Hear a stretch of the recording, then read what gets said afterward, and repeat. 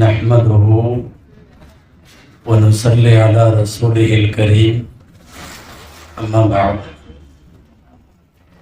فقد قال الله سبحانه عز وجل في كلامه القديم والفرقان الحميد أعوذ بالله من الشيطان الرجيم بسم الله الرحمن الرحيم وأحسن كما أحسن الله إليك ولا تبغي الفساد في الأرض صدق الله العظيم. وقال رسول الله صلى الله عليه وسلم أنا رحمة مهداة أو كما قال عليه الصلاة والسلام. அளவற்ற அருளாளனும் நிகரற்ற அன்புடையோனுமாகிய எல்லாம் வல்ல இறைவனின் பெயரால் துவங்குகிறேன். அருமை நபிகள் நாயகம் முஹம்மது ரசூலுல்லாஹ் ஸல்லல்லாஹு அலைஹி வஸல்லம் அவர்களின் மீதும் பாக்கியங்கள் நிறைந்த அவர்களுடைய உம்மத்தின் மீதும் குறிப்பாக இந்த உயர்ந்த அரங்கில் இந்த விழாவில் வீற்றிருக்கிற நம் அனைவர் மீதும் எல்லாம் வல்ல இறைவனின் நல்லருள் என்றென்றும் நிறைவாக உண்டாவதாக ஆமீன் என்கிற பிரார்த்தனையோடு கண்ணியத்திற்குரிய விழா தலைவர் ஹசரத் பெருந்தகை அவர்கள், முன்னிலை வகிக்கிற சமுதாய பிரமுகர்கள் மற்றும் சங்கைக்குரிய மார்க்க அறிஞர்கள், விழாவிலே பங்கேற்று உரையாற்றிய சான்றோர்கள், இதற்கு பின்னாலே சமய நல்லிணக்க உரைகள் தர இருக்கிற சகோதர சமயங்களை சார்ந்த அன்பு உள்ளங்கள், தனித்தனியாய் பெயர் சொல்லி தாமதப்படுத்த வேண்டாம் என்பதால் சுருக்கமாய் முடிக்கிறேன். உங்கள் அனைவருக்கும் அத்தனை பேருக்கும் அஸ்ஸலாமு அலைக்கும் வரஹ்மத்துல்லாஹி வபரகாத்துஹு. நாடு முழுக்க நபிகள் நாயகம் ஸல்லல்லாஹு அலைஹி வஸல்லம் பிறந்த மீலாது விழா என்பதை சமீபத்திய சில வருடங்களாகவே சமய நல்லிணக்க விழாவாக ஊர்கள் தோறும் மாவட்டங்கள் தோறும் உலமா சபையினர் நடத்தி வருகிறார்கள். நான் விரிவாக நாட்டிலே நடக்கிற சூழ்நிலைகளை குறித்தெல்லாம் பேச போவதும் இல்லை. இவர் ஏதாவது ஏடாகூடமாக பேசி சுடிக்க வைத்து விடுவாரோ என்கிற கவலையும் உங்களுக்கு தேவையில்லை. அன்பானவர்களே, நாட்டின் நிலவும் சூழ்நிலைக்கு இன்றைக்கு எல்லா விழாக்களையும் விட சமய நல்லிணக்க விழாக்கள் அவசிய தேவை. ஒரு 25 வருஷத்திற்கு முன்னால் தமிழகத்தில் விழா எடுக்காமலேயே சமய நல்லிணக்கம் இருந்தது. நம்ம விழா வச்சு வான்னு இணக்கத்தை கூப்பிட வேண்டிய அவசியமே இல்லாமல் இணக்கம் தானாகவே வந்தது. எல்லா சமயத்தவர்களும் மாமன் மச்சான்களாய், அண்ணன் தம்பிகளாய், பங்காளிகளாய் உறவு போற்றி வாழ்ந்த பெருமைக்குரிய நிலை தமிழகம். இன்றைக்கும் அது நீடித்து நிற்கிறது என்றாலும் சில பகைமை பாராட்டக்கூடியவர்களால், சில நேரங்களில், சில ஓரங்களில், சில மனிதர்களால் அதற்கு குந்தகம் வருகிற போது மீண்டும் இணக்கத்தை தூக்கி நிறுத்துவதற்கு சமய நல்லிணக்க விழாக்கள் அவசியமாகிறது. அன்பானவர்களே, யாரையாவது பிரிப்பதன் மூலம், யாரோடாவது யாருக்காவது ஒரு சண்டையை ஏற்படுத்துவதன் மூலம் தங்களினுடைய வாழ்வை சில பேர் அமைத்துக் கொள்ளுகிறார்கள் என்றால் அதற்கு எதிர்வினை ஒன்றும் செய்ய வேண்டாம். எல்லா சமயத்தவர்களும் இப்படி மேடையில ஏறி நின்று ஓங்கி ஒழித்து கைகோர்த்து நின்றால் போதும். சப்தம் இல்லாமல் அது பெரிய நல்லிணக்க செய்தியை இந்த நாட்டிற்கு தரும் என்கிற அடிப்படையில் தான் நபிகள் நாயகம் ஸல்லல்லாஹு அலைஹி வஸல்லத்தினுடைய விழாக்களை இப்போது நல்லிணக்க விழாக்களாய் கொண்டாடுகிறார்கள். நீங்கள் கேள்விப்பட்டிருக்கலாம், சமய நல்லிணக்க விழாக்களில் நான் சொல்லுவதும் உண்டு. நல்லவேளை மத நல்லிணக்க விழா என்று போடாமல் சமய நல்லிணக்க விழா என்று போட்டார்கள். சமயம் என்றால் பக்குவப்படுதல் என்று பொருள், பக்குவப்படுத்துதல் என்று பொருள். ஓடியாடி விளையாடுகிற பிள்ளை வாழ்க்கைக்கு தகுதியானால் அவள் வயதுக்கு வருகிற போது சமைத்து விட்டாள் என்று சொல்லுவோம். அப்படின்னா இனிமேல் விளையாட்டுத்தனம் இருக்காது, அவள் பக்குவமாகிவிட்டாள் என்று பொருளாகும். பச்சை காய்கறிகளாக இருப்பதையெல்லாம் நீங்கள் வீட்டில் கொண்டு வந்து வேக வைக்கிற போது சமையல் என்று சொல்லுகிறீர்கள். அதாவது சாப்பிடும் பக்குவத்திற்கு அது வந்துவிட்டது என்று அதற்கு அர்த்தம். சமைதல் என்றாலும் சமையல் என்றாலும் சமயம் என்றாலும் இது எல்லாமே பக்குவப்படுவதற்கு அடையாளம். நான் இன்ன சமயத்தை பின்பற்றுகிறேன் என்று சொன்னால் அவனை அந்த சமயம் பண்படுத்துகிறது என்று பொருள், பக்குவப்படுத்துகிறது என்று பொருள். நன்றாக நாம் நினைவில் வைக்க வேண்டிய ஒரு செய்தி, எந்த சமயமும் சண்டை போட கற்றுத்தராது. சமய கூறுகளில் சண்டைகள் இருக்காது. ஆனால் சமயத்தை தவறாக பயன்படுத்துகிறது யாராக இருந்தாலும் சரி, அவர்களால் தான் பிரச்சனையை தவிர சமயங்களால் இங்கே பிரச்சனை இல்லை. சமயங்கள் எல்லா காலத்திலும் பண்படுத்துபவை, பக்குவப்படுத்துபவை. இஸ்லாத்திற்கு ஒரு நபிகள் நாயகம் என்றால், கிறிஸ்தவத்தில் ஒரு இயேசு பெருமான் என்றால், இந்து சமயத்திலும் நிறைய வந்தார்கள் மனிதர்களை பக்குவப்படுத்த. அடலூர் வள்ளலார், என் ராமலிங்க அடிகளர் போன்றவர்கள், ராமகிருஷ்ண பரமஹம்சர் போன்றவர்கள் நிறைய அமைதியை மாத்திரம் விரும்பிய இந்து சமயத்தின் பெரியார்கள் வாழ்ந்து உழவிய பூமி தமிழகம், இந்த நாடு. எனவே சமயங்கள் பக்குவப்பட சொல்லுகிறது.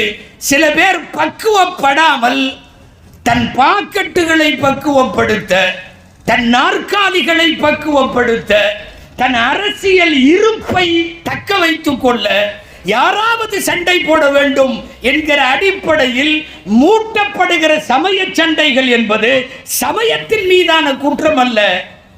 அதை எடுத்து தன் லாபத்திற்கு, சுயலாபத்திற்கு பயன்படுத்தி கொள்ளுகிற சில பேர். அன்பானவர்களே, இங்கே எதிரிலும் சரி மேடையிலும் சரி நிறைய பல்சமய பெரியவர்களெல்லாம் இருக்கிறார்கள். இந்தியாவிலே 8 சமயங்களுக்கு இந்தியா தான் பிறப்பிடம், பெர்த் பிளேஸே 8 சமயங்கள் இந்தியாவிலே பிறந்தவை. சில சமயங்கள் வெளிநாடுகளில் இருந்து வந்தவை. இஸ்லாம் வெளியிலிருந்து வந்தது. அதிலே காணப்பட்ட சமத்துவத்தையும் சகோதரத்துவத்தையும் பார்த்து இந்தியாவினுடைய பண்டைய மக்கள் பல பேர் அதை தழுவினார்கள். உங்களுக்கு தெரியுமா, கிறிஸ்தவத்தினுடைய பிறப்பிடம் எது தெரியுமா? உங்களில் சிலர் அறிந்திருக்க முடியாது. இன்றைக்கு போர் பூமியாக இருக்கிற பலஸ்தீனம், இயேசு பெருமான் பிறந்த ஊர் அது. பைத்துல்லஹம், நீங்கள் வரலாற்று புத்தகங்களில் பெத்லஹேம் என்று படிக்கிறீர்களே, பெத்லஹேம் இன்றைக்கு இருப்பது அங்கே பிறந்த கிறிஸ்தவ மதம். ஆனால் இங்கே வந்ததற்கு பிறகு அவர்கள் தங்கள் சேவைகளால், அவர்களினுடைய நடவடிக்கைகளால் ஈர்க்கப்பட்ட பல பேர் கிறிஸ்தவர்களாக இன்றளவும் வாழுகிறார்கள். இதுக்கு நேர் மாற்றம், வெளியிலே இருந்து வந்த மதங்கள் எல்லாம் இங்கே வேகம் பெற்று வளர்கிற அதே நேரம் இங்கே இருக்கிற சில மதங்களுக்கு இங்கே மதிப்பில்லை, ஆனால் வெளியிலே மரியாதை. அன்பானவர்களே, புத்த மதத்தினுடைய பிறப்பிடம் இந்தியா. இந்தியாவிலே புத்த மதத்தை பின்பற்றுபவர்கள் குறைவு. ஆனால் இலங்கையில், வியட்நாமில், இந்தோனேஷியாவில், சுமத்ரா தீவினுடைய அந்த படுகரைகள் அத்தனையும் புத்த மதம். இலங்கையினுடைய சொல்ல போனா ஒரு அபிஷியல் ரிலீஜியன் என்று சொல்லக்கூடிய அளவுக்கு ஆசியாவினுடைய ஓரப்பகுதிகள் எல்லாம் புத்த மதம். ஆனால் புத்த மதம் பிறந்த இடமான இந்தியாவிலே அவ்வளவு பெரிய வரவேற்பை பெறவில்லை. நான் சொல்ல வருவது, எங்கிருந்து வேண்டுமானாலும் மதம் வரட்டும், பிடித்தவர்கள் அவரவர்கள் தங்களின் சமயம் எது ஈர்க்கப்பட்டதோ அதை பின்பற்றுகிறார்கள். ஒரு சமயத்தை பின்பற்றுவது ஒரு மனிதனுக்கான உரிமை. அவன் என்ன பின்பற்ற வேண்டும், அவன் என்ன வணக்கம் செய்ய வேண்டும், அவன் என்ன சாப்பிட வேண்டும், என்ன உடுத்த வேண்டும், அவனுடைய தனி மனித உரிமை. எந்த காலத்திலேயும் சமயங்கள் சண்டைக்கு வந்துவிடக் கூடாது என்பதற்காகத்தான் இந்தியாவினுடைய பாரத தேசத்தினுடைய மூத்த குடிமக்கள் 40களிலே வாழ்ந்த இந்த நாட்டினுடைய அறிவுஜீவிகள் எல்லாம் சேர்ந்து நமக்கு அமைத்து தந்த அரசியலமைப்பு சட்டம். இந்த வாரத்திலே தான் கான்ஸ்டிடியூஷன் டே கொண்டாடப்பட்டது இல்லையா? சமீபத்தில் ஒரு 2-3 நாட்களுக்கு முன்னாலே கான்ஸ்டிடியூஷன் டே, அரசியல் அமைப்பு. இந்தியாவினுடைய கான்ஸ்டிடியூஷனுடைய பேசிக் ஸ்ட்ரக்சர் என்று சொல்லுகிறோம் அல்லவா, அடிப்படை கட்டமைப்பு. இந்தியாவின் அடிப்படை கட்டமைப்பை ஒரு வரியில் சொல் என்று கேட்டால் செகுலரிசம் என்பதுதான் பேசிக் கான்ஸ்டிடியூஷன் ஸ்ட்ரக்சரே. அதுதான் செகுலரிசம். செகுலரிசத்துக்கு அர்த்தம் என்ன தெரியுமா? அரசுக்கு மதம் இல்லை, கவர்மெண்ட்டுக்கு மதம் கிடையாது, மக்களுக்கெல்லாம் மதம் இருக்கிறது. நான் முஸ்லிம், இவர் இந்து, அவர் கிறிஸ்தவர், நம்ம எல்லாருக்கும் மதம் இருக்கிறது. ஆனால் நம்ம எல்லாம் ஆட்சி செய்கிற அரசியலமைப்பு சட்டத்திற்கு மதம் கிடையாது, சமயம் கிடையாது, அரசுக்கும் சமயம் கிடையாது. சமய சார்பு இல்லாம, ஏன்னா ஒரு பக்கம் சாய்ந்தால் நாடு கலவரமாகும், நாட்டின் நிலவரம் மோசமாகும். அப்படி ஒரு டிபெண்டட் கவர்மெண்ட் இருந்துவிடக் கூடாது என்பதில், ஒரு சாய்வு நிலை வந்துவிடக் கூடாது என்பதில் நம்முடைய பெரியவர்கள் கவனம் செலுத்தி அமைத்து தந்ததுதான் இந்தியாவினுடைய கான்ஸ்டிடியூஷன், சமய சார்பற்ற தன்மை. அன்பானவர்களே, எல்லாரும் நபிகள் நாயகத்தினுடைய விழாவிலே பேசிக் கொண்டிருக்கிற போது நான் நபிகள் நாயகம் ஸல்லல்லாஹு அலைஹி வஸல்லம் அவர்கள் முன்னெடுத்த இணக்கம், ஏன் அவர்களின் விழா இதற்கு தகுதி பெறுகிறது என்பதையெல்லாம் சில வரிகளில் சொல்லித்தான் ஆக வேண்டும். நபிகள் நாயகம் எந்த மாதிரி அமைதியை விரும்பிய தலைவர், ஏன்னா குற்றச்சாட்டை சர்வசாதாரணமா சர்வதேச அளவிலே தொடர்ந்து சொல்லிக் கொண்டே இருக்கிறான். அதனாலே அப்படிப்பட்ட விஷமத்தனமான கருத்துக்களை பரப்புவர்களுக்கு நபிகள் நாயகம் யார் என்று சொல்ல வேண்டும். அதாவது நபிகள் நாயகம் வருகைக்கு முந்தைய அரபு நாடு, நல்லா தெரிஞ்சுக்கணும், அவங்கெல்லாம் சாப்பிடாம கூட இருந்துருவாங்க, சண்டை போடாமல் இருக்க மாட்டாங்க. சண்டை எப்போதும் நடக்கும். சண்டை இல்லாமல் இருந்தால் நம்ம சொல்லுவோம் இல்லையா, கையெல்லாம் பரபரங்குது. அவனுக்கு அந்த வாழை எடுக்கலைன்னா சாப்பாடு இறங்காது. ஏதாவது சண்டை போடணும். குலப்பெருமைக்கோ கோத்திர பெருமைக்கோ கொள்ளையடிப்பதற்கோ எவன் சொத்தையாவது எடுப்பதற்கோ நானா நீயா என்று காட்டுவதற்கோ, மொத்தத்தில் சண்டை சமூகம் அது. அந்த சண்டை சமூகத்திலே பிறக்கிறது இந்த முகம்மது என்கிற சமாதான புறா. என்ன செய்கிறார்கள் தெரியுமா? சண்டை போட்டவனை எல்லாம் கூப்பிட்டு சமரச பேச்சுவார்த்தை. மக்காவிலும் 13 வருஷம் அதுதான் நடந்தது, மதீனாவிலேயும் 10 வருஷம் அதுதான் நடந்தது. 500 வருஷமாக தங்களுக்குள் மோதி கொண்டிருக்கிற 2 தரப்பாரை அழைத்து மீண்டும் மீண்டும் அமர்ந்து பேசி முடித்து அவர்கள் சகோதரர்களாக மாறிப்போன விந்தை முஹம்மது என்கிற அற்புதத்தினுடைய ஒரு மிகப்பெரிய சான்று. முஹம்மதுவால் மட்டும்தான் அது சாத்தியப்பட்டது. எப்படிப்பட்ட சண்டைக்காரனையும் கை குலுக்க வைத்து விடுகிற, தோளில் கை போட்டு விடுகிற, சண்டையை ஓய்த்த, சண்டை இல்லாத அமைதி பூமி என்று நபிகளார் வருகைக்கு பின் அந்த பூமி மாறி போனதல்லவா. அதனால் தான் மீலாத விழா என்கிற நபிகள் நாயகத்தின் பிறப்பு விழா நல்லிணக்க விழாவிற்கு தகுதியாகிறது. இன்னொன்றும் சொல்ல வேண்டும், எம்பெருமானார் ஸல்லல்லாஹு அலைஹி வஸல்லம், ஏன்னா நிறைய பேர் வரலாறுலையே தப்பா எழுதி வைக்கிறான். நபிகள் நாயகம் நிறைய வன்முறையெல்லாம் செஞ்ச தலைவருங்கிறான். இஸ்லாம் வாளால் பரவியதுன்னு எழுதி வச்சிருக்கான் சில பேர்.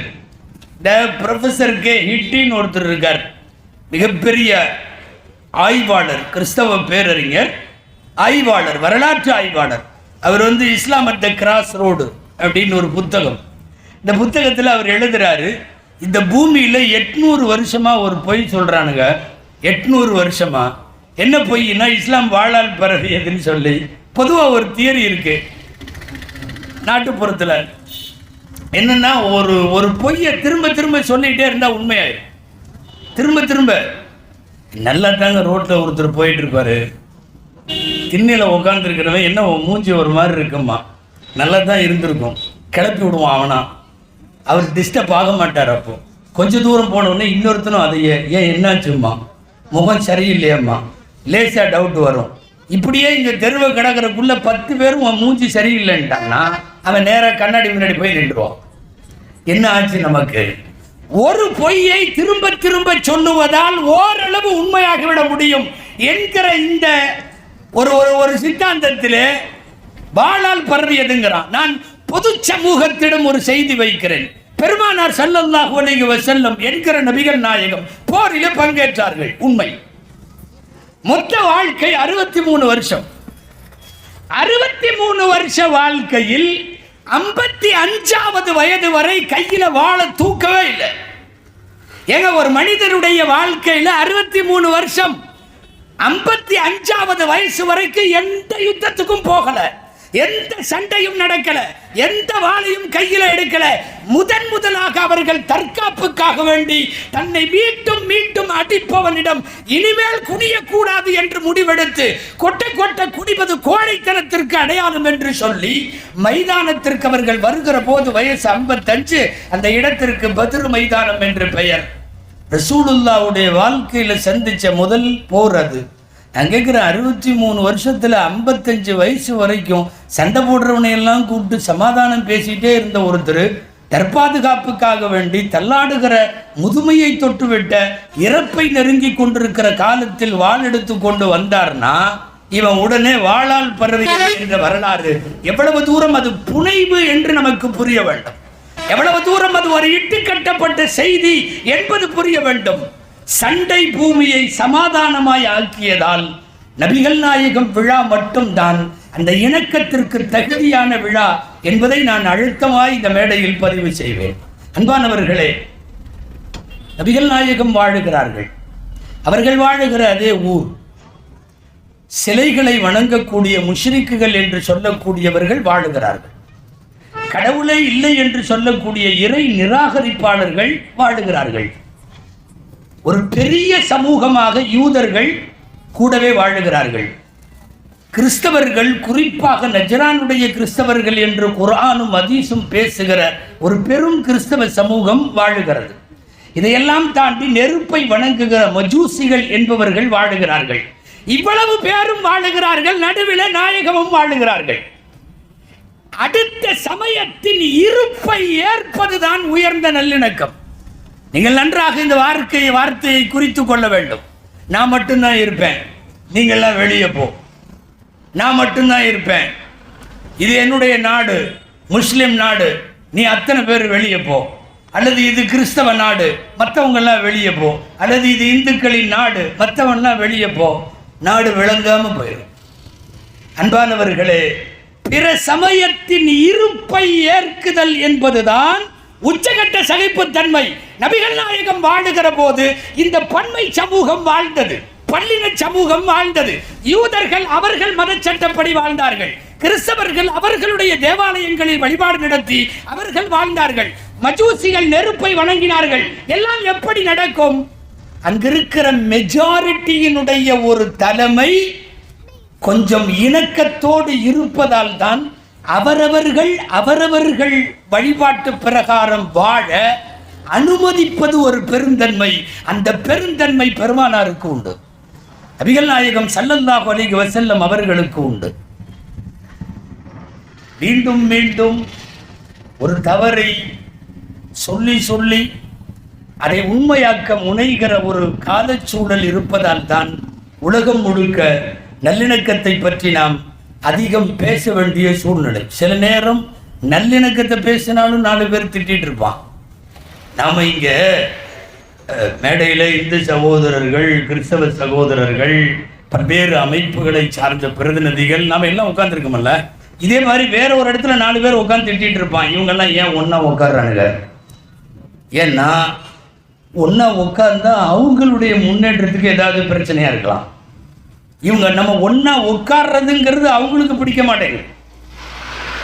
மீண்டும் மீண்டும் இவர்களெல்லாம் இணையக்கூடாது என்பதில் கவனம் செலுத்துகிற தீய சக்திகளுக்கு இடையில் இணைவோம். இந்த நாட்டில் எல்லா சமயத்தவர்களும் சொல்லிக் கொடுத்தது போல் இந்த நாட்டில் இருக்கிற எங்களுக்குள்ள பாகுபாடு இல்லை. சமயங்கள்ல நாங்க அண்ணன் தம்பிகள். எங்கள் பிரியாணியை சாப்பிடுகிற அந்த சமயத்தை சார்ந்தவர்களும் அவர்களின் பலகாரங்களை சாப்பிடுகிற முஸ்லிம் பாய்களும் இன்றைக்கும் இருக்கிறார்கள். ரம்ஜான் வர்றதுக்கு முன்னாடியே அட்வான்ஸ் புக்கிங் 1 மாசத்துக்கு முன்னாடியே பாய் மறந்துடாத சொல்லி வைக்கிற ஆட்கள் எங்களிலே இருக்கிறார்கள். உன் பண்டிகையின் போது என்னை நீ கவனிக்கவில்லை என்று பேசக்கூடிய பெருந்தன்மைக்குரிய சகோதரர்கள் இங்கே இருக்கிறார்கள். இந்த நாட்டிலே அந்த நாடு இந்த நாடு, அந்த மொழி இந்த மொழி, அந்த ஜாதி இந்த ஜாதி, இந்த நிறம் எல்லாவற்றையும் தாண்டி ஒரு இந்தியாவின் இணக்க சமூகம் இன்றைக்கும் வாழுகிறது. சிந்து நதியின் மிசை நிலவினிலே சேரணன் நாட்டிலும் பெண்களுடனே சுந்தர தெலுங்கினில் பாட்டி செய்து தோணிகள் ஓட்டி விளையாடி வருவோம் பாடியவன் பாரதி. இந்தியாவினுடைய தேசிய ஒருமைப்பாட்டை இணக்கத்தை உலகத்திற்கு அறைகோல் விடுப்பான். கங்கை நதிபுரத்து கோதுமை பண்டம் காவிரி வெற்றிலைக்கு நாங்கள் மாறு கொள்ளுவோம். எங்கோ விளையும் பொருள் இங்கே வந்து விற்பனைக்கு வரும். இங்கே தயாராகிற பொருள் அங்கே கொண்டு போய் எங்கள் நாட்டின் கடைக்கோடியில இருப்பவன் அனுபவிப்பான். ஒரு பல்லின சமூகம் இந்தியாவில் எப்படி இணக்கத்தோடு வாழ முடியும் என்பதை நம்முடைய சமய பெரியவர்கள் எல்லாம் நமக்கு சொல்லி இருக்கிறார்கள். நாங்க எங்க போட்டு இணக்கத்தை கெடுக்கிற சூழ்நிலையோ வன்முறையை விரும்புகிற சூழ்நிலையோ நிச்சயம் இல்லை. குறிப்பாக நான் தமிழ் சூழலில் சொல்லுகிறேன். தமிழக முஸ்லிம்கள் மிகவும் அமைதியை விரும்புகிற பெருமக்கள். தமிழகத்தில் இருக்கின்ற அமைதியை விரும்புகிற இந்து சமயத்தின் சகோதரர்களும் மிகவும் அமைதியை விரும்புகிற கிறிஸ்தவ சகோதரர்களும் நன்றாகத்தான் நாங்கள் வாழுகிறோம். தயவு செய்து சொல்லுகிறோம், சண்டையை விரும்பும் யாரும் இடையில வராதீர்கள். எல்லாருமே அவன் மதத்தை தூக்கிட்டு இது எங்க நாடுன்னு சொல்ல ஆரம்பிச்சான்னா எங்க போறது? நம்ம ஆரம்பத்தில் அறிமுகப்படுத்துறப்போ அசீம் மஸ்லை சொன்னாரு, அசரத்தோட பயான டிக்டாக் பண்றாங்க. வேற ஒன்றையும் டிக்டாக் பண்ணல, மெயினாக ஒரே ஒரு 2 வரியை டிக்டாக் பண்ணி அது ரொம்ப வைரல் ஆச்சு. என்னன்னா, எங்களை எல்லாம் பாகிஸ்தானுக்கு போன்னு சொல்லிகிட்டே இருக்கியே, எங்களுக்கு என்ன மாமியா கூட அங்கே இருக்குதுன்னு கேட்டேன். இல்லை உண்மை நான் இன்றைக்கும் கேட்கிறேன், எங்களுக்கு என்ன மாம மச்சானா மாமியா ஊடா? நாங்கள் எதுக்கு போகணும்? இந்த நாட்டினுடைய இந்திய ரத்தம் எங்கள்கிட்ட இருக்கு. 200-250 வருஷ காலம் சுதந்திர போராட்டத்திற்கு இந்த நாட்டில் போராடியவனாங்க. நான் அங்கே போகிறதுக்காக இங்கே பாடுபட்டேன். உங்களுக்கெல்லாம் தெரியுமா, இங்கே ஆலிம்கள் சேர்ந்து நடத்துகிறார்கள். இவர்களுக்கு உலமாக்கள் என்று பெயர். மசூதிகளிலே இவர்கள் தலைப்பாகை கட்டி தலைமை தாங்கி வழிபாடுகளை தலைமையேற்று நடத்தி தருவார்கள். 40 to 47 வரைக்கும் இந்த பள்ளிவாசல்களில் இமாம்களாக மசூதிகளில் மதகுருக்களாக இருப்பவர்கள் செய்த வேலை என்ன தெரியுமா? 47 நேரத்தில் சொல்றேன், முன்னாடி விடுதலைக்கு பேசினார்கள். 47 நேரத்திலும் அதை ஒட்டிய 48-49 நேரத்தில் என்ன பேசினாங்க தெரியுமா? நாடு எப்படி பிரிந்தாலும் நாம் வேற எங்கேயும் போகக்கூடாது, இந்தியாவில் தான் இருக்கணும். இதை பேசியது உலமா பெருமக்கள். நாங்கள் தான் இன்னைக்கு வரைக்கும் நல்லிணக்கத்தையும் பேசுகிறோம். எங்களுடைய மசூதிகளில் இருக்கிற நாங்கள் உரையாற்றுகிற மெம்பர் படி என்று சொல்லுகிற அந்த படிக்கட்டு 47-48 எல்லாம் என்ன பேசிச்சு தெரியுமா? பாகிஸ்தானுக்கு போகாதீர்கள், இந்திய மண், இந்த மண் நம்முடைய மண், இந்த மண்ணின் இரத்தத்தோடும் உணர்வோடும் உதரத்தோடும் எல்லாத்திலையும் நமக்கு தொடர்பு இருக்கிறது, போக வேண்டாம் என்று நாங்கள் பேசியதற்கு பிறகு இன்னைக்கு நீ 90க்கு பின்னாடி வந்து நின்றுகிட்டு ஏறத்தாழ 70-75 ஆண்டு கால சுதந்திர இந்தியாவை நாங்கள் கடந்ததற்கு பிறகு நீ அங்க போ நீ இங்க போனா நாடு விளங்குமா? அன்பானவர்களே, தேவை நல்லிணக்கம். அந்த இணக்கம் எல்லாரையும் இருத்தி அனுசரித்து போவது. நிறைய பேர் குரான்ல அப்படி இருக்கா இப்படி இருக்கா என்று நினைக்கிறார்கள். நான் ஒரு 2 வசனம் மாத்திரம் குரான்ல, இந்த மாநாட்டின் சமய நல்லிணக்கம் என்பது வெற்றியாக வேண்டும், அதற்காக சொல்லுகிறேன். குரான்ல உள்ள ஒரு வசனம் இது. மன் கதல நஃப்ஸன் பிகைரி நஃப்ஸின் அவ் ஃபஸாதின் ஃபில் அர்த் ஃபகஅன்னமா கதல الناس ஜமீஆ. உலகத்தில் ஒரே ஒரு உயிரை எவனாவது கொலை செய்தால் நியாயம் இல்லாமல் ஒரு உயிரை கொலை செய்தால் அவன் உலகத்தையே கொன்றவனை போல. இது குர்ஆனிலே இருக்கிறது. ஒரு கொலை அகிலத்தையே கொலை செய்தவன். அடுத்த வரியில் அல்லாஹ் பேசுகிறான், ஒரே ஒரு உயிருக்கு யாராவது வாழ்வு கொடுத்தால், ஒரு உயிரை வாழ வைத்தால், அவன் அகில உலகத்தில் இருக்கிற எல்லா மானுடத்தையும் வாழ வைத்தவனை போல என்று பேசுகிற குர்ஆனை தான் நாங்கள் கையில் வைத்திருக்கிறோம். வர்றவனையெல்லாம் அடி, வர்றவனையெல்லாம் போடு, வர்றவனையெல்லாம் திட்டு, நாட்டில் இரத்த களரி உண்டு, எங்களுக்கும் அதற்கும் சம்பந்தம் இல்லை. திட்டமிட்ட பிரச்சாரங்கள் எப்பவுமே தொடர்ந்து, நான் ஆரம்பத்தில் சொன்ன மாதிரி ஒரே பொய்யை திரும்ப திரும்ப சொல்றேன். பயங்கரவாதின்னு சொல்லி, அன்பானவர்களை நான் நிறைய தடவை சொல்லியிருக்கேன். பஸ்ஸிலாம் நான் போனால் நம்ம பக்கத்துலலாம் எவனும் உட்காரவே மாட்டேங்கிறான். தாடி வேற கொஞ்சம் பெருசாக இருக்கா, தொப்பி வேற போட்டிருக்கிறோமா, உட்காந்துருக்கு. திருநெல்வேலியில் ஏறணும்னு வைங்களேன், மதுரை வரையும் போகணுமில்ல, பக்கத்தில் உட்காந்து, பக்கத்தில் சீட்டு காலியாக இருக்குது, நின்றுக்கிட்டே வர்றாங்க. சார் இங்கே வானா, அவன் சொல்கிறத பார்த்தா நான் கொஞ்ச நாள் வாழணுங்கிற மாதிரி இருக்கு. அதாவது முடிவே பண்ணிட்டானுவோ, நம்ம பாக்கெட்டில் எப்போவுமே குண்டு வச்சுட்டே இருப்போம் போல தெரியுது. ஏதாவது பாய் சொல்ல முடியாது, உள்ளுக்குள்ளே கத்தி எடுத்து டபக்குன்னு ஓடுற பஸ்ஸில் குத்திடுவார் போல தெரியுது. அன்பானவர்களை, நான் நகைச்சுவைக்கு சொல்லலை, மாறி மாறி செய்யப்படுகிற தவறான பிரச்சாரம் எந்த காலத்தில் அப்படி இணக்கத்திற்கு விரோதிகளாய் சுதந்திர இந்தியாவில் கிட்டத்தட்ட 75 வருஷத்தை நாங்கள் தாண்டி விட்டோம். இன்றைக்கு வரையும் இரத்தம் சிந்தாமல், பகமை இல்லாமல் ஒரு சமாதான இந்தியா வேண்டும் என்பதில் போராடி கொண்டிருக்கிறோம். அதற்குத்தான் நாங்கள் எங்களுடைய சமுதாய தலைவரின் விழாவை கொண்டு வந்து மசூதியில் வைக்காமல் நடுத்தருவில் வைத்து இணக்கத்திற்காக வேண்டி எல்லாரையும் கூப்பிடுகிறோம். உங்களுக்கு தெரியுமா, ஆலயங்களில் மசூதிகளை வழிநடத்துகிற இந்த மார்க்க அறிஞர்கள் என்று சொல்லக்கூடிய உலமா பெருமக்கள், ஈது பெருநாள் வரும், பண்டிகை வரும், ரம்ஜான் முடிந்தவுடன் ஈத் மிலன் என்று சொல்லி ஒன்று வைப்போம். அங்கே இருக்கிற எல்லா மதத்தவர்களையும் எல்லாத்தையும் கூப்பிட்டு அவர்களுக்கு விருந்து வைத்து ரம்ஜான் பண்டிகையை அவர்களும் கொண்டாட ஏற்பாடு செய்வோம். உங்களுக்கு தெரியுமா, சுதந்திர தின விழா வரும், குடியரசு தின விழா வரும், எங்கள் பள்ளிவாசல்களில் கொடியேற்றுவோம். பள்ளிவாசல்கள் மட்டுமல்ல, பள்ளிவாசலை ஒட்டி இருக்கக்கூடிய அரபி கற்றுக் கொடுக்கக்கூடிய கல்வி கூடங்கள், அதில் எல்லாம் கொடியேற்றுவோம். கொடியேற்றுகிற போது நாங்கள் எல்லாரும் நிற்போம். எங்கள் வாயிலும் ஜனகணமன அதிநாயக ஜெயகே வரும், எங்கள் வாயிலையும் நீராறும் கடலுடுத்த நிலமடந்தை கெளியொழுகும் வரும், எங்கள் வாயிலும் சாரே ஜஹான் சே அச்சா இந்துஸ்தான் ஹமாரா வரும். எந்த அடிப்படையில் இந்த நாட்டில் இணக்கத்திற்கு நாம் எதிராக இருந்திருக்கிறோம்? எங்கள் மசூதிகளில் பண்டிகையின் போதும் எல்லா சமயத்தவர்களும் வாருங்கள் என்று அழைக்கிறோம். மீலாது விழாக்களில் அழைக்கிறோம். ஏன், ஆங்காங்கே புதிய பள்ளிவாசல் கட்டப்பட்டு தமிழகத்தில் சில இடங்களில் திறப்பு விழாக்கள் நடக்கிற போது முன் வரிசையில் நின்று திறப்பு விழாவில் சீர்வரிசை கொடுப்பது யார் தெரியுமா? இந்த நாட்டின் பூர்வ குடியில் இருக்கக்கூடிய இந்து சகோதரர்கள். ராமநாதபுரம் மாவட்டத்தில் நிறைய பள்ளிவாசல்கள் நீங்கள்லாம் ஊடகத்தில் நிறைய பார்த்துருப்பீங்க. என்னன்னா, ஒரு ஊரில் கட்டப்பட்ட பள்ளிவாசல், அந்த ஊரில் இருக்கிற இந்து சகோதரர்கள்லாம் சேர்ந்து எல்லாரும் தட்டு எடுத்துட்டு வந்து 30 தட்டு, எதுக்குன்னா மசூதிக்கு சீர் கொடுக்க வருகிறார்கள். வந்த அத்தனை பேரும் இந்துக்கள். அந்த பள்ளியின் திறப்பு விழாவிலையும் நான் பேசினேன். இந்த கலாச்சாரம் இருக்கிற வரை இந்தியாவை எவனும் ஒன்றும் செய்ய முடியாது. ஒரு மசூதி உருவாகுவதில் இல்லை, நாங்கள் மசூதியிலையும் என்ன பண்ணுறோம் தெரியுமா? இந்த ஊரில் இருக்கான்னு தெரில, காலையிலையும் மாலையிலையும் எல்லா மதத்துக்காரங்களும் ஓதி பார்க்கறதுக்கு வருவாங்க. இருக்குல்ல, இந்த ஊர்ல வர்றாங்க. குழந்தைய தூக்கிட்டு யாராவது இந்து அம்மாக்கள் வருவார்கள், இந்து சகோதரர்கள் வருவார்கள், முஸ்லிம்கள், கிறிஸ்தவர்கள் எல்லாம் வருவாங்க. என்னன்னா, அவங்கள பொறுத்தவரை நான் அவங்க வார்த்தையிலேயே சொல்கிறேன், மசூதியில் போய் அல்லாஹ் சாமிகிட்ட மந்திரிச்சிட்டு வந்தால் பிள்ளைக்கு நல்லா போயிடும் இப்படிங்கிற கான்செப்டை இந்தியாவில் நீ இன்னும் 100 வருஷம் கட்சி நடத்தினாலும் இதை அசைக்க முடியாது. இது முடியாது. நாங்கள் அதை வரவேற்று இருக்கிறோம். எங்களுடைய எல்லா மசூதிகள்லையும் நாங்கள் தொழுது முடித்த உடனே என்ன பண்ணுவோம் தெரியுமா?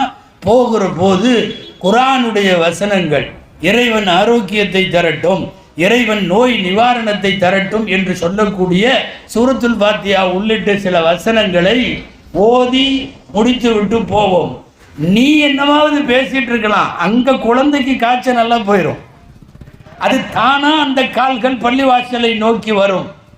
மத வழிபாட்டு தலங்களிலே கூட தங்களின் சுய விருப்பு வெறுப்புகளுக்கு அப்பாற்பட்டு ஒரு இணக்கத்தை கடைபிடிக்கிற பூமி தமிழகத்தினுடைய பூமி. அன்பானவர்களே, சமயங்களால் சண்டை வேண்டாம் என்பதை சொல்லுவதற்குத்தான் நான் இதையெல்லாம் சொல்லுகிறேன். நாகூர் அலி பாட்டு உங்க எல்லாத்துக்கும் தெரியும். அவர் பாட்டில் பாடுவார், இறைவனிடம் கையேந்துங்கள் அவன் இல்லை என்று சொல்லுவதில்லை, கேட்டு பாருங்கள், அப்படி தொடர்ந்து வரும். நான் கேட்கறது, கடைசி வரைக்கும் பாடுங்க, இறைவனிடம் கையேந்துங்கள். யாராவது சொல்லுங்க பார்க்கலாம், அது இஸ்லாமிய பாட்டான்னு. எந்த மதத்துக்காரனும் பாடுவான். எல்லாமே அவங்களுக்கு ஒரு பரமபிதா, அவங்களுக்கு ஒரு இயேசு, அவங்களுக்கு ஒரு கர்த்தர், அவங்களுக்கு ஒரு ஈசன், ஏதாவது ஒன்று. கடைசி வரையும் இறைவனின் தன்மைகளை பேசுகிற இணக்கப்பாடல். சமீபத்தில் கூட ஃபேஸ்புக்கில் எல்லாம் ஒரு காணொளி வந்தது. கேரளாவில் உள்ள நம்பூதிரிகள்லாம் மியூசிக் போட்டு அந்த பாட்டை பாடியிருந்தாங்க. இறைவனிடம் கையேந்துங்கள் அவன் இல்லை என்று சொல்லுவதில்லை அப்படின்ற பாட்டு ஃபுல்லாக பாடுறாங்க. கடைசி வரையும் தேடி நேயும் நெஞ்சங்களில் குடியிருப்பவன், தேடாத மனிதருக்கும் உணவளிப்பவன், நாடும் இதய மக்களுக்கு போயிட்டே இருக்கு. என்னன்னா பாடுறது பூரா என்னன்னா, வெறுமேலோடு காவி துண்டு மட்டும் கட்டி கொண்டு ருத்ராட்ச கூட்டைகளை மேனியிலே அணிந்திருந்த கேரளாவினுடைய நம்பூதிரிகள் எல்லாரும் பாடுகிறார்கள். அன்பானவர்களே, சமய நல்லிணக்கத்தோடு தான் நீங்கள் வாழ வேண்டும். பொது அமைதிக்கு பங்கம் விளைவிக்கிற வண்ணம் நீங்கள் வாழக்கூடாது என்று எங்களுக்கு பாடம் நடத்திய பேராசான் பெருமானார் நபிகள் நாயகம் ஸல்லல்லாஹு அலைஹி வஸல்லம். அதனால் தான் அவர்களுடைய விழா நல்லிணக்க விழாவுக்கு எல்லா நேரத்திலேயும் இது தகுதியாகி விடுகிறது. சில நேரம் இப்படி ஒன்று சேருவதை யாராவது கொஞ்சம் திட்ட தான் செய்வாங்க. அந்த திட்டையும் வாங்கி கொண்டு நாம் இணக்கத்தோடு தான் பயணிக்கணும். கபீர்தாசர்னு ஒருத்தர் இருந்தார், உங்களுக்கெல்லாம் தெரியும், இந்தியாவினுடைய பெரியவங்க. கபீர்தாசர் இந்த வேலையை தான் பண்ணார். காந்தி பண்ணதும் அந்த வேலை தான். நவகாலியில் ஏற்பட்ட இந்தியாவை துண்டாக்குகிற கலவரத்தின் போது காந்தி அங்கே போனது ரெண்டு பேர்த்தையும் ஒன்றாக்கணும், சண்டை போடுறவங்களை சரியாக்கணுங்கிறதுக்காக தான். கபீர்தாசர் எழுதி குவித்தார், இந்து முஸ்லிம் ஒற்றுமை வேண்டும், இந்து முஸ்லிம் ஒற்றுமை வேண்டும். என்ன ஆச்சுன்னா, ரெண்டு பேரும் சேர்ந்து அவரை திட்டினான். நீ எல்லாம் ஒன்று சேரணுங்கிற, நீ உருப்பிடுவியா அப்படின்னு சொல்லி கபீர்தாசரை திட்டினானு. கபீர்தாசர்கிட்ட போய் யாரும் சொன்னாங்க, நீங்கள் ஒன்றாகணும்னு சொல்கிறீங்க, அவங்கெல்லாம் உங்களை திட்டுறாங்க. அவர் சொன்னார், சரி விடுப்பா, திட்டுறதுலையாவது அவனுக்கு ரெண்டு பேரும் ஒன்றா இருக்கான்ல.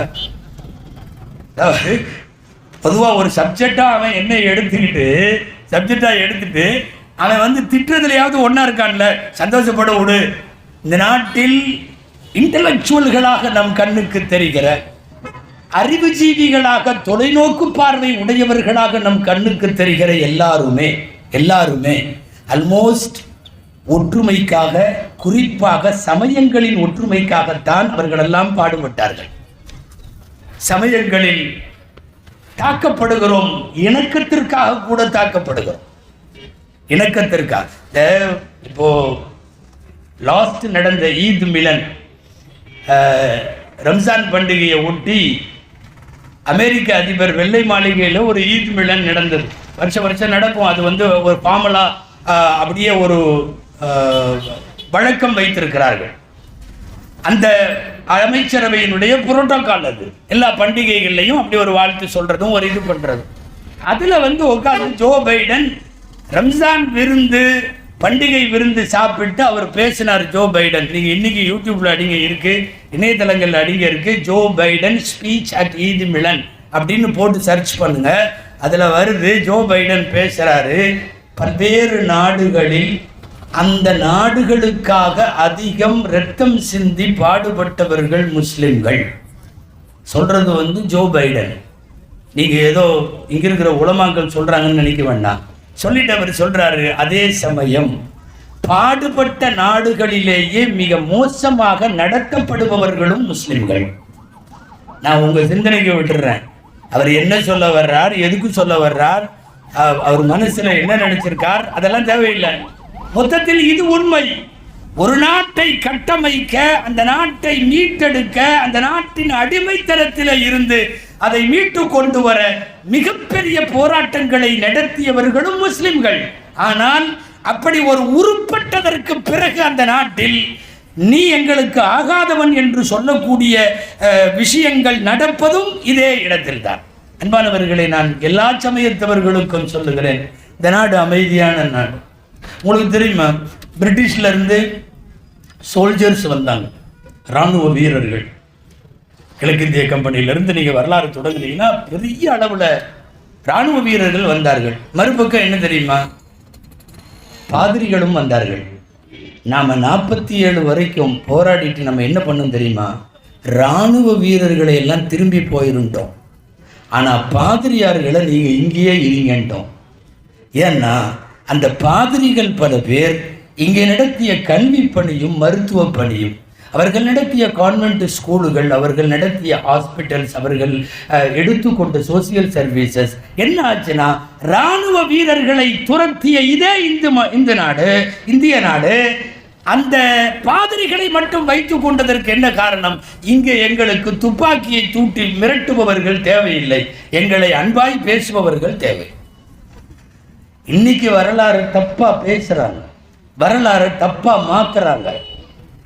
இங்க யாரும் பயப்பட வேணாம். அஜர்த்தி ஏதாவது ஒரு பேர் சொல்லுவாரு, சத்தியமா சொல்ல மாட்டேன். அப்படின்னா அவ்வளவு பயப்படுறீங்களா? சொல்லாமலேயே நாட்டுக்கு யார் யார் என்னவென்று எல்லாருக்கும் தெரியும். நான் பொதுவா சொல்றேன், அன்பானவர்களே, இந்த நாட்டில் அமைதியை விரும்பக்கூடியவர்களாக இருக்கக்கூடியவர்கள் எல்லாம் இன்றைக்கு தவறான தலைவர்களாக. அவுரங்கசீபை பற்றி எக்கச்சக்கமாக எழுதுகிறார்கள். நான் அவருடைய வரலாற்றில் சில வரிகளை மட்டும் தொட்டால் சத்தியமாக சொல்லுகிறேன், இந்துக்கள் கண்ணீர் விட்டு அழுகுவார்கள், கிறிஸ்தவர்கள் கண்ணீர் விட்டு அழுகுவார்கள். அப்படிப்பட்ட ஒரு மாமனிதன். ஆனா வேறு நிறம் பூசப்பட்ட வரலாறு இன்றைக்கு காட்டப்படுகிறது. நான் கேட்கிறேன், ஒரு இந்தியாவினுடைய வரலாறு ஒன்னால ஒரு கிறிஸ்தவ மதத்தில் இருக்கிற அன்னை தெரசாவை விட்டுட்டு ஒரு இந்தியா வரலாறு நீ எழுத முடியுமா? ஒரு திப்பு சுல்தானை தவிர்த்து விட்டு ஒன்னால ஒரு இந்திய வரலாறு எழுத முடியுமா? ஆனால் அவர்களெல்லாம் கூட இன்றைக்கு துரோகிகளாக சித்தரிக்கப்படுகிற அவலம் வருகிற போதுதான் சமய நல்லிணக்க மேடைகளுக்கு இன்றைக்கு அவசியம் வந்திருக்கிறது. திப்பு சுல்தான் சொல்ல போன பிறந்தது தமிழகத்தில், தெரியுமா? கர்நாடகத்துக்காரர் என்று தூக்கி வைத்துக் கொள்ளாதீர்கள்.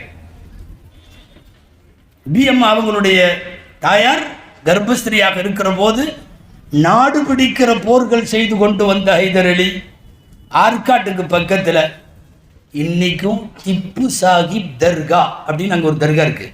தர்காவுக்கு பேர் திப்பு சாஹிப் தர்கா. நீங்க தர்கால திப்பு அடங்கியிருக்காருன்னு நினைச்சுக்க வேணாம். அந்த தர்காவில் திடீர்னு பிரசவ வழி வந்த உடனே அந்த அம்மாவை கொண்டு போய் அந்த தர்காக்குள்ள உட்கார வச்சாங்க. திப்பு சுல்தானுடைய அம்மாவை சொல்றேன் நான். பிரசவ வழி அங்கே வந்து அந்த தர்காவின் வளாகத்திலே தான் பிள்ளை பெற்றெடுத்தவுடன் ஹைதர் அலி இங்க அடங்கி இருக்கிற ஒரு பேர் என்னன்னு கேட்டாங்க. இவர் திப்பு மஸ்தான் தர்கான்னு சொன்ன உடனே திப்புன்னு சொல்லி தன் மகனுக்கு பிறந்த உடனே பெயர் வைத்த இடம் தமிழகத்தின் வடார்காடு மாவட்டம். இந்த நாட்டில் இந்த மண்ணுக்கு சொந்தக்காரர்கள் கடைசி வரை துரோகத்தால் கொல்லப்பட்டவன் திப்பு சுல்தான். நான் வரலாறுகள்ல நிறைய பெரியவங்களை சொல்லிக்கிட்டே வந்தனே. தொழுநோயாளிகள் பக்கத்துல எவனும் போக மாட்டாங்கிற நேரத்துல போய் அவன் தொழுநோயை இரத்தத்தையும் வழியும் சீளையும் சுத்தப்படுத்தி கட்டு போட்டு அவனுக்கு சோறு ஊட்டி விட்டது அன்னை தெரசா. தெரசாவின் வரலாறிலே நான் படித்திருக்கிறேன். ஃப்ளைட்ல அங்கங்க வெளிநாடுகளுக்கு போய்விட்டு வருகிற போது ஃப்ளைட்ல இறங்குறப்போ எல்லாரும் இறங்கினவொன்னு கடைசியா இறங்குவாங்க. அந்த அம்மா முன்னாடி போகலாமல்ல, போக மாட்டாங்க, கடைசியா இறங்குவாங்க. என்னன்னா லாஸ்டா இறங்கினவொன்னா அந்த ஏர் ஹோஸ்டஸ் இருக்காங்களே அவங்கள்ட்ட போய் சாப்பாட்டில் மிச்சமானதை எல்லாம் கொடுங்களேன், நான் எடுத்துட்டு போறேன், எங்கிட்ட சில ஆதரவற்றவர்கள் இருக்காங்கன்னு சொல்லி தன்னுடைய துணியில ஃப்ளைட்ல நம்மெல்லாம் சாப்பிட்டு தட்டில் மீதி ஆகுமா இல்லையா, அதை இப்படி முந்தானையில ஏந்திட்டு வந்து மகாராஷ்டிராவினுடைய தொழுநோயாளிகளுக்கு தன் கையால் ஊட்டி விட்டவர் தெரசா. நான் கேட்குறேன், இஸ்லாமிய பெரியவர்கள் இங்கே வேணாம், கிறிஸ்தவ பெரியவர்கள் இங்கே வேணாம், சீக்கிய ஜெயின சமண எத்தனை சமயமாக இருந்தாலும் அவங்க யாரும் வேணாம் என்று சொல்லிவிட்டால் நாடு சுடுகாடாகிவிடும். நாடு சுடுகாடாகிவிடும். நான் ஒவ்வொரு சமயத்தின் பெரியவர்களும் இந்த நாட்டிற்கு பட்ட பாட்டையும் இங்கே இருக்கிற இணக்கத்திற்கு அவர்கள் மேற்கொண்ட வாழ்வையும் பேச துவங்கினால் வரலாறு நீளும். அன்பானவர்களே, அந்த அடிப்படையில் இந்தியா நீண்ட நெடுங்காலமாக தன்னுடைய சரித்திரத்தில் எப்போதும் நல்லிணக்கத்தை விரும்பி இருக்கிறது. ஆனால் ரொம்ப கஷ்டம் என்ன தெரியுமா? இன்னைக்கெல்லாம் இந்தியாவினுடைய சில ஸ்டேட்ஸ், நான் எந்த மாநிலம் கூட சொல்ல வேணாம், விட்டுருவோம், ஸ்கூல் ஸ்டூடெண்ட்ஸை பிஞ்சு குழந்தைகளை கையில் வச்சு, பிஞ்சு குழந்தைகளை அவங்கள இப்படி கையை நீட்ட வைத்து உறுதிமொழி எடுக்கிற போது இந்த நாடு முஸ்லிம்கள் கிறிஸ்தவர்கள் என்று இருக்கக்கூடிய மற்றவர்களுக்கெல்லாம் இல்லை என்பதைப் போல, அவர்களெல்லாம் உங்கள் எதிரிகள் என்பதைப் போல, நான் அந்த உறுதிமொழி வாக்கியத்தையே என்னால் சொல்ல முடியும், ஹிந்தியில் அப்படியே சொல்ல முடியும். வேண்டாம், அது நேரடியாக யாரையாவது சொல்லுவதாக நான் இந்த மேடையை அதற்கு பயன்படுத்த விரும்பவில்லை. அன்பானவர்களை, பச்சிலம் பிஞ்சு குழந்தைகள், 5 வயசு குழந்தைகிட்ட விஷத்தை விதைக்கிறீர்களே, இந்த வரலாறு இப்படி மாற்றப்படுவது நல்லிணக்கத்திற்கு எவ்வளவு எதிரானது? தயவு செய்து சொல்லுகிறேன், சொல்லிக் கொடுங்க தாராளமா. இந்து சமயத்தில் நிறைய பெரியவர்கள் அமைதிக்கு பாடுபட்டவர்கள் இருக்கிறார்கள். அவர்கள் வரலாறுகளை குழந்தைகளுக்கு சொல்லிக் கொடுங்க. கிறிஸ்தவ மதத்தின் பெரியவர்களை சொல்லிக் கொடுங்க. இஸ்லாமிய பெரியவர்களை எல்லாம் சேர்ந்து உருவானது தான் இந்தியா. இந்தியா என்பது ஒருமை அல்ல, இந்தியா என்பது பன்மை. இந்தியா என்பது ஒருமை சமூகம் அல்ல, அது பன்மை சமூகம். யூனிட்டி இன் டைவர்சிட்டி என்பது, வேற்றுமையிலே ஒற்றுமை என்பது பாரதத்தினுடைய அடிப்படை. இந்த அடிப்படையை மாற்றுவதற்கு முயற்சிக்கிற எந்த இணக்கத்திற்கும் எந்த காலத்திலும் நாம் குறுக்க போயிடக்கூடாது. அப்படிங்கிறதுனால அன்பானவர்களே, நாளைய இந்தியாவுக்கு நாம ஏதாவது செய்தி தரணும்னா சண்டையை சொல்லிட்டு போற மாதிரி ஒரு செய்தியை கொடுத்தா நம்மளை விட கேவலம் வேற யாரும் இல்லை. சண்டைகள் நாளைய சமுதாயத்திற்கு பலனாக வேண்டாம். கூடுமானவரை சமாதானங்களை, அமைதியை தொடர்ந்து சொல்லிக் கொடுங்க இடுங்கள். கடைசியாக ஒரு செய்தியை சொல்லி நான் நிறைவுக்கு வருகிறேன். மதத்தின் பேரால், சமயங்களின் பேரால் சண்டை போட்டுக்கொண்டே இருந்தால் நிகழ்ச்சி, என்னுடைய பயான் 5 நிமிஷத்தில் முடிச்சது. அன்பானவர்களே, அப்படிப்பட்ட சமய சண்டைகளுக்கு எந்த வகையிலும் வாய்ப்பளிக்காத யாரோ எழுதிய தமிழ்நாட்டு நாடோடி கதைகள்னு ஒரு புக்கு, தமிழ்நாட்டு நாடோடி கதைகள், அதில் இருக்குது என்னன்னா, ஊருக்கெல்லாம் சேர்ந்து ஒரு யானை வாங்கினாங்களாம். நான் அடிக்கடி சொல்கிறது உண்டு. யானை வாங்கியிருக்காங்க. வாங்கிட்டு கிராமத்தில் கோயில் யானை மாதிரி இருக்குமில்ல, வாங்கிட்டு அவனுக்குள்ள சண்டை வந்துருச்சு. என்ன சண்டைன்னா, யானையோட நெத்தியில் என்ன போடுறதுன்னு. அங்கேருந்து சில பேர்லாம் வந்து பட்ட நாமம் போடணும், இந்துக்களுடைய அடையாளம்னு அவங்கெல்லாம். இவங்க கிறிஸ்தவர்கள்லாம் சில பேர் இந்த பக்கம் வந்து நின்று யானையோட இதில் வந்து அந்த சிலுவை குறி போடணும்னு இவங்க. அதுக்கப்புறம் நம்மளுங்க கிரசன்ட் என்னமோ பிறை அதை போடணும்னு சொல்லி இவங்கெல்லாம் பேசிட்டு இருக்கிறத யானை பொறுமையாக கேட்டுச்சு. காலையில் எஸ்கேப் ஆயிடுச்சு. எதுங்க? யானை எஸ்கேப். இவனுக்கு என்னமோ பண்ண போறாங்க, ஏன்னா இவன் கண்டிப்பாக சண்டை போடுறதுலையே தெரியுது அப்படின்னு சொல்லி அது போயிடுச்சு. அது போனதுக்கப்புறம் அதே மரத்தடியில் உட்காந்து சில பேர் பேசிட்டு இருந்தானா தெரியுமா? யானை மதம் முடிச்சு ஓடிடுச்சுன்னு சொல்லியிருக்கான். மதம் முடிச்சுன்னா இது யானைக்கு வெறி வருமல்ல, சாது மிரண்டால் காடு கொள்ள, இந்த வெறி வந்தா யானை ஓடுமல்ல, அந்த மாதிரி மதம் முடிச்சு ஓடிடுச்சு. விவரமான ஒரு ஆள் சொன்னாராம், மதம் பிடிக்காததுனால போயிடுச்சு. மதம் முடிச்சு போகல, மதம் பிடிக்கல, நீ போடுற மதத்தின் சண்டை பிடிக்கல.